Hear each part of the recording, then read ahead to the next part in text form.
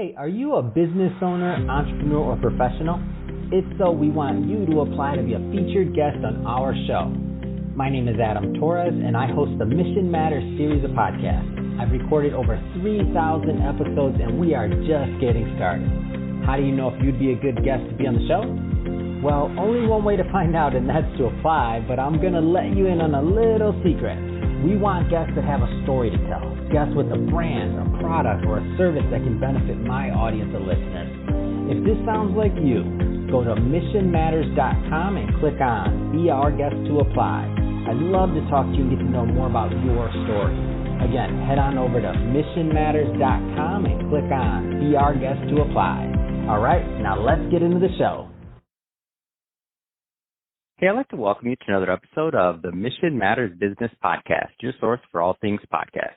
My name is Adam Torres. You can follow me on Instagram at AskAdamTorres. Keep up with my book releases, book tour schedule, signings, all that other good stuff. Always love to connect with you there.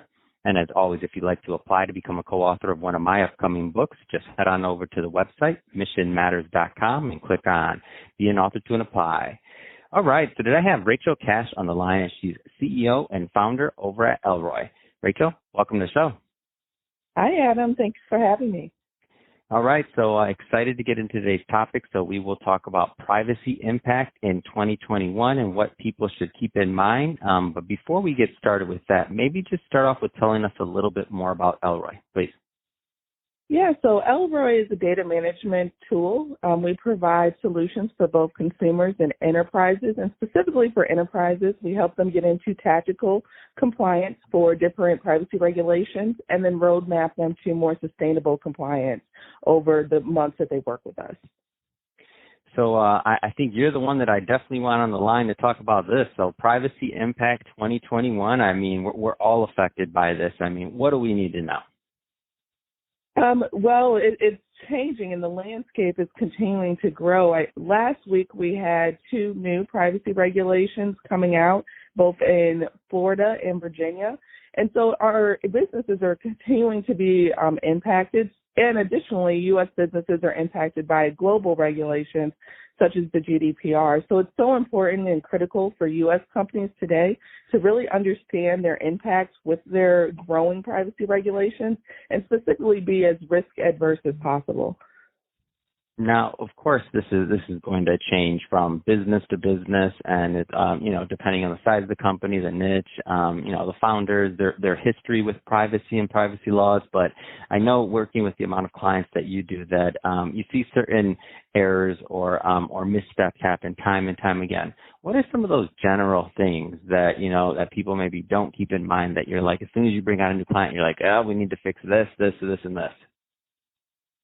Yes, I think some of the largest errors are determining if you're in scope specifically, and we'll talk about the CCPA, so the California Consumer Privacy Act. And many companies believe that if you're not located in California, you're not impacted by the regulation.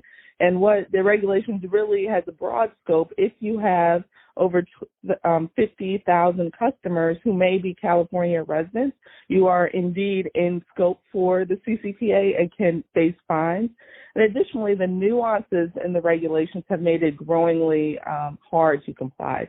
So for one example, the Attorney General out of California has sent out non-compliance letters where many of our organizations have 30 days to get into compliance. So there's a very short timeline. And one of the main reasons they're out of compliance is they haven't provided a mechanism for their consumers to opt out of do not sell or third-party sharing. So your organization sharing data with other parties.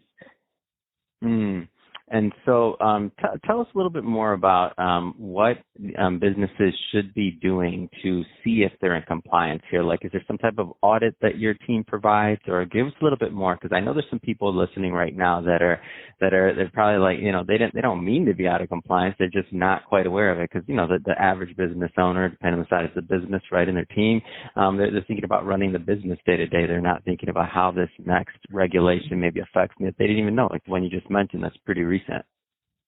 Yeah, so that's really what we're doing in our part of our strategic or our tactical compliance. So we have an assessment that we use with our organizations, both for the California Consumer Privacy Act and the GDPR, so the European Union Privacy Act, and we apply some legal standards, so determining the size of revenue in your business, how your data flows, so the geolocation in which your data flows to determine if you're impacted by global regulation, and then doing a really good assessment about your customer base and the data that you are keeping on your organization's premises or through your third-party apps, so your SaaS solutions, your on-prem solutions, and really getting a good scope of how your data is being maintained currently and what is its impact as we move forward in 2021. Talk to us a little bit more about the responsibility of a business order in terms of security and just housing that data, like, and what that looks like, because I don't think that subject gets brought up quite often enough, I'd say. Exactly. So under the growing regulations that we're looking at really four main items that an organization has to maintain. And one of that is impacted your data privacy, or your data breaches.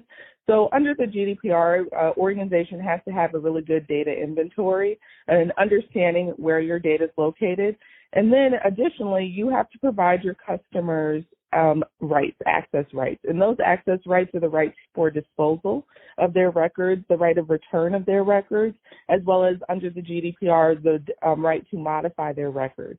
And so in your organization, you have to have that capability to either dispose, return, or modify records within 45 days, which, depending on the complexity of your systems, is a short timeline. And you have to be able to return it back to that customer in a consumable method. So I don't want to oversimplify this, but you did mention, obviously one example of, having 50,000 customers in the state of California now making you, subject to fall under a certain regulation. What size of businesses are typically affected? And I don't mean by one particular regulation. I just mean in general. Like, is a small business owner, is it affected? Do they need to start thinking and planning for this? Do they have to wait till they get a little bit bigger? I mean, give us the feel of who should, how high a priority this should be on the list of maybe different size businesses. And obviously for the enterprise level, that's pretty straightforward, right? Like they have a whole team that should be working on this and maintaining their overall. But I'm more interested in the small business and kind of middle market, if you will. Yeah, so and again, we'll talk more about the CCPA. So for the CCPA, you need to be doing $25 million in revenue.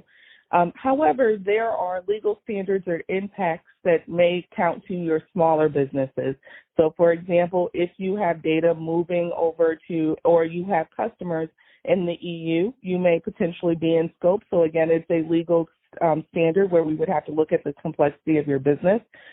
Additionally, if you are collecting or have more than half of your revenue from data aggregation of California consumers, then you would also be in scope for the CCPA. So it really is depending on your business model and what you're doing or transforming that data and how you're selling that data that may bring you in scope quicker.